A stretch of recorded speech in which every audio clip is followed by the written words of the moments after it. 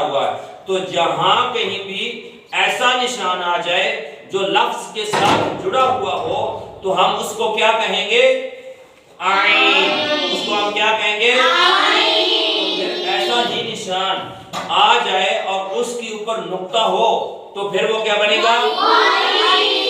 شاباش۔ عین اور غین کا ہم نے فرق دیکھنا ہے، ٹھیک ہے، لیکن اس بات کا خیال رکھنا ہے کہ کسی لفظ کے اوپر اسی طرح کا چھوٹا نشان ہو اور وہ کسی لفظ کے اوپر پڑا ہو، ٹھیک ہے، تو اس کو ہم کیا بولیں گے؟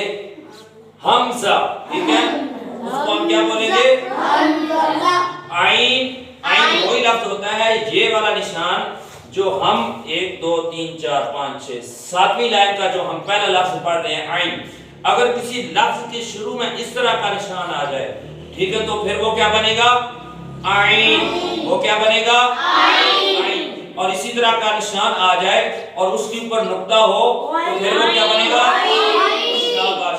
لیکن اس بات کا خیال رکھے کہ اگر کسی لفظ کے درمیان میں یا کسی لفظ کے آخر میں چھوٹا سا نشان اسی طرح کا، جس طرح کا حمزہ ہم نے پٹی کے آخر پہلی پٹی میں دیکھا ہے کہ حمزہ کا نشان اسی طرح ہوتا ہے عین کی طرح، ٹھیک ہے، لیکن وہ چھوٹا ہوتا ہے، کسی لفظ کی اوپر آ جائے، ویسے وہ لفظ حمزہ کا پڑا ہو تو اگر ایسا نشان آ جائے تو ہم اس کو کیا پڑھیں گے؟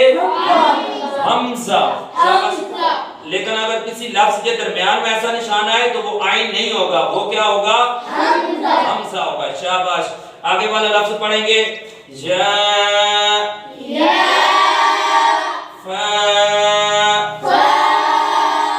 اب یہاں پر ہم نے کس چیز کی پہچان کرنی ہے؟ یا کی۔ شاباش۔ یہ جو لائن چھوٹی سی بنی ہے اور فا کے ساتھ جڑا ہوا ہے ٹنڈ، ٹھیک ہے، ہم پنجابی زبان میں اس کو کہتے ہیں ٹنڈ، ٹھیک ہے، اگر اس طرح کا نشان آ جائے اور وہ آگے والے لفظ کے ساتھ جڑا ہو تو نیچے 2 نقطے ہوں تو وہ کیا بنے گا؟ یا۔ اگر اتنا ہی نشان ہو اور اوپر 1 نقطہ آ جائے، شاباش، وہ کیا بنے گا؟ شاباش۔ آپ کو سمجھ آ رہی ہے؟ بہت اچھا۔ اب اسی طرح یہی نشان آ جائے، اوپر 2 نقطے آ جائیں تو وہ کیا بنے گا؟ شاباش۔ اسی طرح کا نشان ہو اور اوپر 3 نقطے آ جائیں، شاباش، ہمیں یا، سا، با، نون، تا، یہ ہم نے اس کی پہچان کرنی ہے اوپر اور نیچے نقطوں کی، ٹھیک ہے، اگر ایسے نشان آ جائیں اور اوپر اور نیچے نقطے ہوں تو پھر ہم نے اس کی پہچان کرنی ہے، ٹھیک ہے، شاباش۔ آگے میم،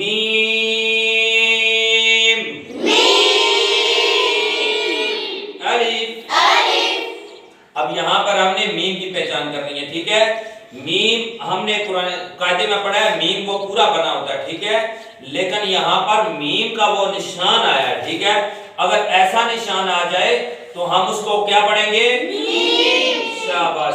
آگے اس کے بعد ساتھ آگے چلیں گے، نون، صاد۔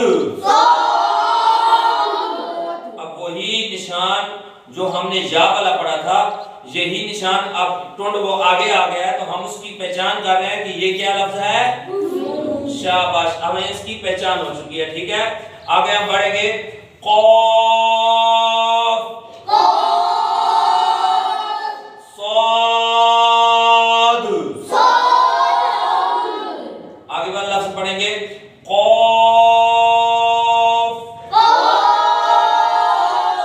ضاد۔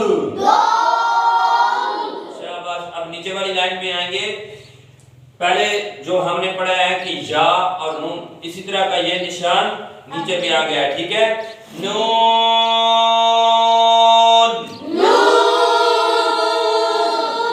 صاد، با۔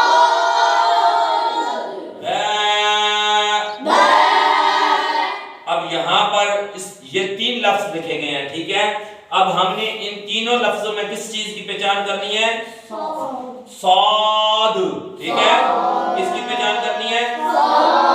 شاباش۔ ہم نے نون کی بھی پہچان کر لی ہے، با کی بھی پہچان کر لی ہے، لیکن یہاں پر ایک صاد کا نشان، ہم نے قاعدے میں صاد پورا لکھا پڑا ہے لیکن یہ لفظ کے درمیان صاد آ گیا ہے اور یہاں پر صاد پورا نہیں لکھا ہوا، لیکن وہ صاد کا جو پہلے والا نشان ہوتا ہے وہ جو ایسے صاد کا بنا ہوتا ہے، جو پہلے والا اوپر والا منہ ہوتا ہے وہ نشان بنا ہوا ہے۔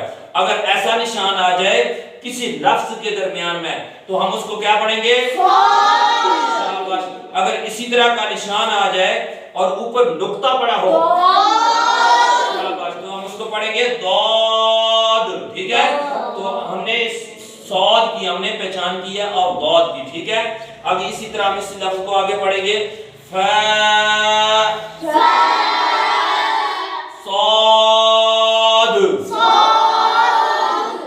لام